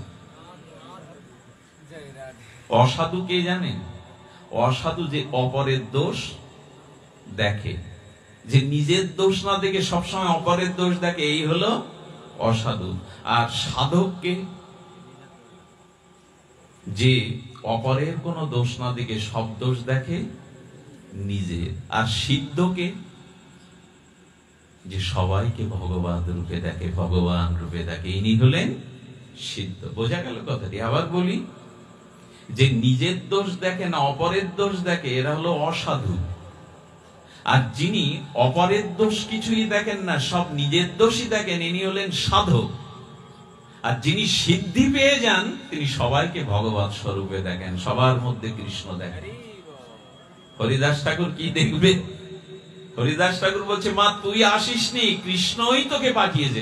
কথাটা বড় হৃদয় ছুঁয়ে যায়। ও গো মারে, এই মাধবী লতা, এই তুলসীকে আমি কার কাছে রেখে দেবো? তাই কৃষ্ণ দয়া করে একজনকে পাঠিয়েছে তার রক্ষার জন্য। আয় মা আয়, তোকে কৃষ্ণ পাঠিয়েছে, নাম প্রভু পাঠিয়েছে, এই আশ্রমের ভার আমি কাকে দিয়ে যাব? এই জন্য কৃষ্ণ তোকে পাঠিয়েছে।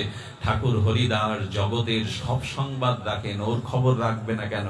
কিন্তু কি করে উল্টে নিল দেখুন। যার সর্বনাশ করতে এসছে, সে তাকে করুণা করবার জন্য কৃষ্ণ তোকে পাঠিয়েছে। এই ভাবনাটা কত উচ্চ স্তরে। এদের ক্ষতি কে করবে জগতে? নাম প্রভুর কৃপায়, মহাপ্রভুর করুণায় লক্ষ্য হীরার মতো পতিতাকেও বলছেন কৃষ্ণ তোকে পাঠিয়েছেন এই আশ্রমের জন্য। বিশ্ববন্দিত পাবন পদরেণু পণ্ডিত চড়ামণি রাধাকুণ্ড তটশ্রয়ী শ্রী বৈষ্ণব পদ বাবাজি মহারাজ বলেছিলেন, যার গুরুদেব যেমন তার শিষ্যের মধ্যেও, তার আশ্রিতের মধ্যেও সেই রূপ শক্তি হয়। যেদিন লক্ষ্য হীরাকে কৃপা করলেন, সেই দিন হরিদাস ঠাকুর ফুলিয়ায় চলে গেলেন। কেন আর 2 দিন থাকতে পারতেন না? আমার কথা বোঝা যায়? উনার মতো মহিলাকে, উনার চাচর কিশোর সুগন্ধি কেশ দেখে কত জমিদার পুরুষ পথের ভিখারি হয়ে গেছে ওনার চুল দেখে। আচ্ছা মেয়ে ছেলের যদি চুল ন্যাড়া করতে বলে কেমন দেখায়? বলে যার গুরুদেব যেমন তার শিষ্যের মধ্যে তো তেমনই ঢুকবে। দেখবেন ছিল মুরারি মোহন বাবাজির শিষ্যদের দেখবেন এরা সেবায় পাগল। এদের যেখানে যত দেখবেন নামে পাগল, সেবায় পাগল। এরা নিজের সর্বস্ব দিয়ে অন্যের সেবা করে। গুরুদেবের ভাব যেমন তাদের ভিতরে সঞ্চারিত হয়। আমি খুব দেখেছি আমার গুরু মহারাজের যারা আশ্রিত প্রায় সব পাঠ করে বেড়ায়। গুরু মহারাজ ছিলেন পরম পণ্ডিত প্রভার ভাগবত মূর্তি, প্রায় সব পাঠ করে বেড়ায়। আমার সাথে নিতায় আছে, অদ্বৈত আছে, এরা সেবা ছাড়াই বোঝে না। সাধুগুরু জুতো বয়ে দেয়, পেছনে কাপড় কেচে দেয়, ওরা বাবার আশ্রিত। বাবাই ওদের ওই মন্ত্র দিয়েছেন, সেবা। শুধু ভক্তগণ, আপনাদের নিবেদন করব যে এই সদ্গুরুদেবের আশ্রয় যদি পেয়ে থাকেন, দেখুন হরিদাস ঠাকুর ওই দিন চলে গেলেন, বলতে পারতেন না মা তুই এই কুঠিতে বসে ভজন কর, আমি পাশের একটা কুঠির বেঁধে ভজন করছি, বলে তো সিদ্ধান্ত লঙ্ঘন হয়ে যেত। এটি সিদ্ধান্ত লঙ্ঘন হয়ে যেত, লোক আঙুল তুলতো, ঠাকুর এত বড় সুন্দরীকে যুবতীকে নিয়ে কেন তুমি এই জঙ্গলের মধ্যে একা? ওই দিন চলে গেলেন ফুলিয়ায়, আর দাঁড়ালেন না। এই জন্য এদের রক্ষা করে কে? এদের রক্ষা করে হরিনাম, হরি কথা, হরিনামই একমাত্র রক্ষা কবচ। তবে শ্রদ্ধা চাই, শ্রদ্ধার দ্বারাই কেবল, শ্রদ্ধালু চিত্তে কেবল আর এটি রক্ষা হয়। শ্রদ্ধা যদি না থাকে, হরি নামে হরি কথাতে যদি রুচি না হয়, যদি আসক্তি না হয়, হবে কি করে? হবে একটার দ্বারা অহমতা আর মমতা। আচ্ছা, মমতা দূর করা যায়, অনেকেই দেখবেন মমতা দূর করা যায়। বউ ছেলে মেয়ের প্রতি অনেকের টান কম আছে। টান কম না থাকলে আপনারা ছেড়ে ছুড়ে দিয়ে এরকম ছুটে বেড়াতেন, কিন্তু অহমতা যায়। এই মমতা তাড়াতাড়ি যায়, কিন্তু অহমতা মানে আমি এই দেহ, এই বোধ সহজে যায় না। বোঝা গেল বাবা?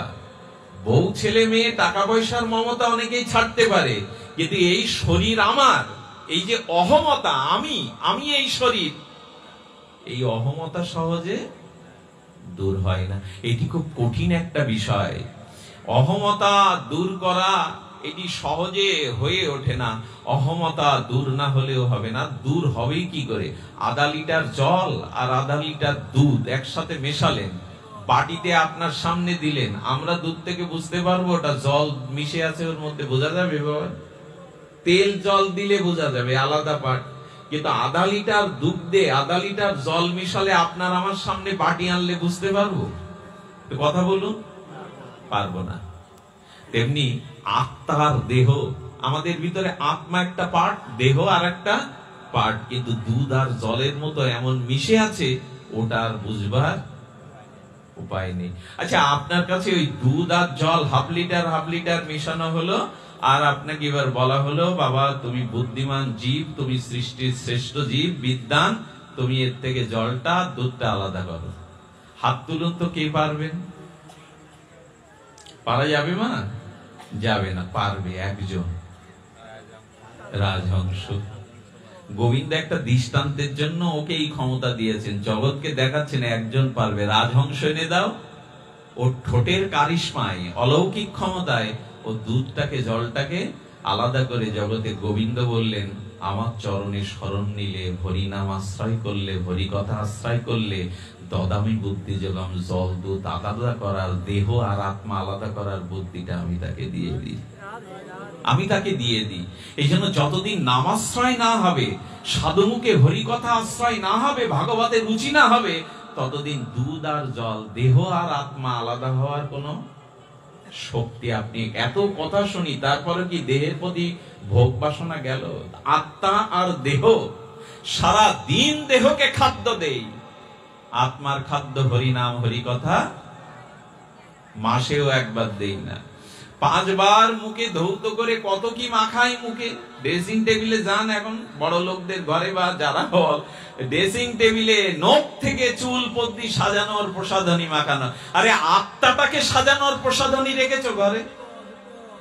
হরিনাম হরি কথা দিয়ে আত্মাকে সাজাও। ওইটার জোগাড় নাই। জোগাড় আছে কি কত কি বাবারে। ছেলেদেরও ক্রিম পাবেন এখন, হ্যাঁ ছেলেদেরও ক্রিম। এতদিন জানা ছিল মেয়েরা মায়েরা একটু মাখু করা, ছেলেদেরও ক্রিম। জগতের এই দেহাবেশ, এইটি যে এই অহমতা মমতা চলে যায়, অনেকের তো স্ত্রী পুত্রের প্রতি মমতা চলে যায়, কিন্তু দেহ আর আত্মা এই দুটি পৃথক না করা পর্যন্ত ধর্মরাজ্যে প্রবেশের অধিকার তার নাই। যিনি আত্মা থেকে দেহকে পৃথক না করবেন তার কোনো অধিকারই নাই এটিকে আলাদা করা। লোকনাথ গোস্বামী আমাদের ঠাকুর মশাইয়ের শ্রীপাদ পদ্ম গুরুদেব, জানেন লোকনাথ গোস্বামী বৃন্দাবনে উনি কুঠির বাঁধেননি। এসব কথা ভাবা যায়? একটা মানুষ একটা জীবন কাটিয়ে দিচ্ছে, কোনো কুঠির বাঁধেনি। ঝোপ ঝাড়ের মধ্যে কি বিগ্রহ যেন সেবিত? লোকনাথ গোস্বামী রাধা বিনোদ, রাধা বিনোদকে কোথায় যাচ্ছে, যে ওই যে গাছের ঝুড়ি পড়েছে, ওই ঝুড়ির ঝোপঝাড়ের মধ্যে সুন্দর করে রেখে দিত। সন্ধ্যাবেলা যদি কেউ কিছু দিয়ে যেত তবে ওটা পেত, না হলে পেত না। ঘর বাঁধেনি, কুঠিরও তৈরি করেনি। রোদ বৃষ্টি ঝড়ে সারাটা জীবন কাটিয়ে গেছে মহাপ্রভুর পরিকর। এত ভোগ বিলাস মানায় আমাদের? এত ভোগ বিলাস মানায় না। চৈতন্য মহাপ্রভু আমাদের অধিদেবতা, আমাদের প্রেমের দেবতার কি সম্পদ ছিল জানেন? কারো যদি এখন হিসাব দিতে বলা হয় আপনার কতটা টাকা, কতটা জমি, সোনা দানা, আমরা লজ্জা পাবো মহাপ্রভুর দিকে তাকিয়ে। চৈতন্য মহাপ্রভুর কি ছিল বাবা সন্ন্যাস নেওয়ার পরে জানো মা? এ কথা বলতে গেলে আমাদের বুক আটকে যায় না কেন কণ্ঠ? মহাপ্রভু 12টা বছর মাথায় বালিশ নেননি, মহাপ্রভু কোনো খাটে ঘুমাননি। কলার পাতার মাঝখানে সারস ডাটাটা চিকিয়ে একটা পুরাতন কাপড় তৈরি করে দিয়ে কলার পাতার মাঝখানে সারসটা দিয়ে কাতা তৈরি করে মহাপ্রভুকে একটু রাখতে দিতেন সরল দামোদর। মহাপ্রভুর সম্পদ কি জানেন? ওই কলার সারসের চিকানো কাঁথা আর কুলঙ্কিতে গোবিন্দ দাস একটা প্রদীপ জ্বালিয়ে রাখত। মহাপ্রভুর রান্নাঘর ছিল না শেষ 12 বছর। কাশী মিশ্রের আলাই থেকে, জগন্নাথ মন্দির থেকে যেটুকু প্রসাদ আসতো মহাপ্রভু তাই পেতেন।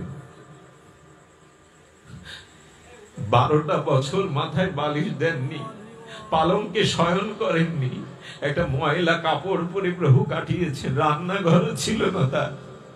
একটা কলঙ্কিতে প্রদীপ জ্বলতো, আর বিষ্ণুপ্রিয়া দেবী একটা মাটির করোয়া পাঠিয়েছিলেন প্রভুর সেবার জন্য।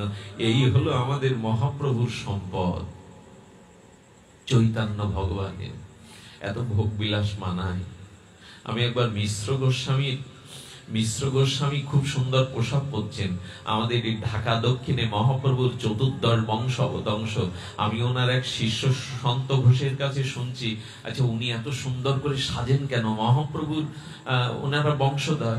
বলেন বিল্লমঙ্গল, আমি একবার আশ্রমে ছিলাম, আমি রাতের বেলায় দেখি উনি ওই পোশাক ছেড়ে, খাট ছেড়ে একটা ছেঁড়া মলিন গামছা পরে মেঝেতে শুয়ে রয়েছেন। গুরুদেব, আপনি এখানে এখানে এখানে পড়ে রয়েছেন। বললেন বাইরে গেলে শিষ্যরা ভালো দামি খাট দেয়, ভালো পোশাক পরতে দেয়। শিষ্যদের দেওয়া পোশাকটা একদিন গায়ে দিতে হয় শিষ্যদের মান রক্ষার জন্য। পরিবটে কিন্তু মন চায় আমার মহাপ্রভু তো ছেঁড়া কাঁথায় শুয়েছেন, আমি কেন খাটে শোবো? এই জন্য আমাদের মহাপ্রভুর এই হলো অবস্থা। আর সনাতন গোস্বামীর অবস্থা কি? সনাতন রূপ, সনাতন, এরাই তো আমাদের আদর্শ। সনাতন রাস্তায় যেতে যেতে আর কন্ডু রসা হয়ে গেছে, খোঁজ পাঁচটা হয়ে গেছে। এটা গোবিন্দেরই ইচ্ছা। খোঁজ পাঁচটা দেহের সাজাবেন কি, দেহ ভোগ করবেন কি? সনাতন গোস্বামীর গায়ে কুণ্ড রসা হয়ে গেছে, খোঁজ পাঁচটা হয়ে গেছে। আর উনি মহাপ্রভুকে মুখ দেখাবেন না, কাউকে মুখ দেখাবেন না। উঠলেন গিয়ে হরিদাসের কাঙালের কাছে যাক। হরিদাসকে বলছেন, আমি জানি তোমার চরণে আমার আশ্রয় হবে। হরিদাস বললেন, প্রভু বলছেন কি? আপনি মহাপ্রভুর বিশেষ চিহ্নিত মহাত্মা, আপনি এখানে রূপ সনাতন গেলেই আর উঠতেন কোথায়? কাঙাল হরিদাসের সিদ্ধ বকুলে। শুধু ভক্তগণ, যখন গেছেন সনাতন, তখন তার গায়ে কুণ্ডরস, আড়ালে চুপচাপ বসে থাকেন আর মনে মনে ধিক্কার দেনিয়ে দেহ গৌর ভজনে, কৃষ্ণ ভজনে, রাধা ভজনের অযোগ্য। আমি এই দেহ ছাড়বো, এই দেহ মরবো। হঠাৎ করে মহাপ্রভু এসেছে সনাতন। সনাতন তুমি কখন এলে? এসো সনাতন, আলিঙ্গন দাও। প্রভু, প্রভু আর এক পাও এগিয়েও না, আমার দেহে পুজ রক্ত কণ্ড রসা। প্রভু এক পাও। মহাপ্রভু জোর করে গিয়ে আলিঙ্গন দিতেন। 3 দিন এরকম করতে করতে চিন্তা করলেন, রথ যখন কাল আসবে, রথের চাকায় পিষ্ট হয়ে শরীর ত্যাগ করব। মহাপ্রভু শোনেন না, প্রেমে আলিঙ্গন দেন, আর এই কুণ্ড রস পুজ প্রভুর তপ্ত প্রেমময় অঙ্গে লেগে যায়। এ দেহ লেগে লাভ কি? এ দেহ ভজন হবে না। মহাপ্রভু স্পর্শ করে, আর এই অস্পৃশ্য পামর এই কুণ্ড রস পুজ রক্ত প্রভুর তপ্ত কাঞ্চন প্রেমময় শ্রী অঙ্গে লেগে যায়, মুখ দেখাবো না। সিদ্ধান্ত নিলেন, কাল সকালেই আর এই রথযাত্রার সেই রথের চাকাতে পিষ্ট হয়ে যাবে। মহাপ্রভু এলেন। মহাপ্রভু এসে বলছেন, সনাতন, সনাতন শরীরটা কার? এই দেখুন, খুব বড় প্রশ্নের সম্মুখীন করে দিয়েছেন। শরীরটা কার? যেদিন আমার চরণে আশ্রয় নিয়েছো সেদিন তো সব বিক্রি করে দিয়েছো। শরীর তো তোমার নয়, শরীর তো আমার। আমরাও যেদিন গুরুদেবের চরণে আশ্রয় নিয়েছিলাম সেদিন আত্মসমর্পণের দ্বারা এ দেহকে বিক্রি করে দিয়েছিলাম। এ দেহের কোনো ভালো মন্দের ভার আমার নাই। আমি বিক্রি হওয়া শ্রী গুরু চরণের বিকৃত দ্রব্য মাত্র। সনাতনকে বলছি, সনাতন তখন বলছেন, প্রভু তুমি তো বারণ করলেও বাধা মানো না, আলিঙ্গন করো। কেউ কি চায় তোমার এই প্রেমময় অঙ্গে এই কুণ্ড রসা পুজ রক্ত লেগে যায়? সনাতন, সনাতন তুমি উত্তর দাও তো, কোন মানুষের নিজের মুখের লালা যদি নিজের গায়ে পড়ে তাতে কি ঘৃণা হয়? ভগবান কতটা ভালোবাসেন ভক্তকে, বলেন কারণ মুখের নিজে, অনেকে আছে না নিজের লালাটা কোন জায়গায় নিজের হাতে করে দিয়ে দেয়। তুমি তো আমার, তুমি তো আমার। আচ্ছা বলো তো, আচ্ছা বলো তো, নিজের গায়ের লালা, নিজের গায়ের লাল, আচ্ছা নিজের পা যদি নিজের গায়ে লাগে সেটাও তো মানুষ অপরাধ মনে করে না? তুমি আমার, শুধু আমার নয়। সনাতন, দেহকে বিসর্জন দিলে যদি কৃষ্ণ পাওয়া যেত, তোমার আগে আমি কোটিবার দেহ বিসর্জন দিতাম। দেহ ছাড়লে কৃষ্ণ পাওয়া যায় না। কৃষ্ণ পাওয়া যায় ভজনে, কৃষ্ণ পাওয়া যায় সাধনে। মহাপ্রভু আগে আগে বুঝতে পেরেছেন। সনাতন বলছেন, আমি কাউকে বলিনি। প্রভু কি করে বুঝলো? প্রভুই তো বুঝবেন। প্রভু তখন বললেন, সনাতন ও দেহ আমার। আর প্রভু তখন বলেছেন, তোমার শরীর আমার প্রধান সাধন। এ শরীরে সাধিব আমি বহু প্রয়োজন। সনাতন, দেহ তোমার নয়, দেহটা আমার। তোমার শরীর দিয়ে আমি বহু সাধন জগতে প্রকাশ করব। ভক্ত ভক্তি কৃষ্ণ প্রেম তত্ত্বের নির্ণয়। মহাপ্রভু বলছেন, ভক্ত ভক্তি তত্ত্ব আর তত্ত্বের নির্ণয়, বৈষ্ণবের কীর্ত আর বৈষ্ণব আচার। আমি তোমার দ্বারা ভক্তি ভক্ত সিদ্ধান্ত জগতে প্রচার করব। ও দেহ আমার। সনাতন, তুমি এই দেহ ছাড়বে কেন? প্রেমালিঙ্গনে বদ্ধ করে মহাপ্রভু আবার আলিঙ্গন করলেন। এই দিব্য সনাতনের দেহ কোথায় কুণ্ড রস, প্রেমময় কাঞ্চনময়।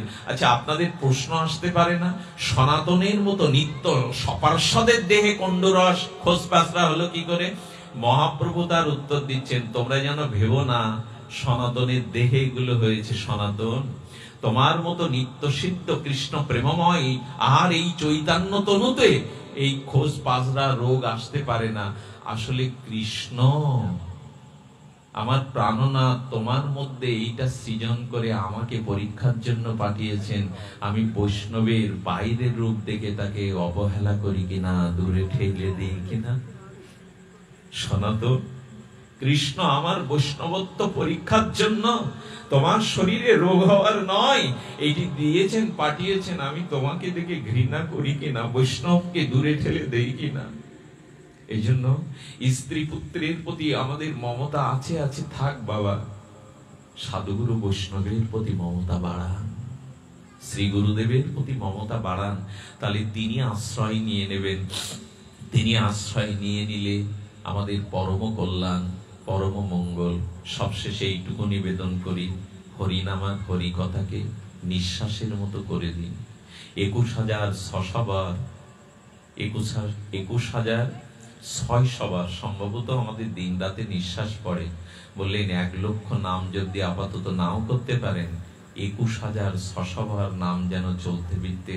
এইটা না করলে কিন্তু শেষের দিনে হাগৌর বলার মতো প্রেরণা পাবেন না, কখনো আসবে না। এই জন্য অন্তত 21,600 বার দিবারাত্রি চলতে ফিরতে, খেতে শুতে উঠতে বসতে মহাপ্রভুর নিরন্তর এই নাম আশ্রয় করুন। আর যদি সুযোগ পান, হরিকথা শুনতে বসে যাবেন। আমার এই মাতাজি এসেছেন, এনারা দাদাজিরা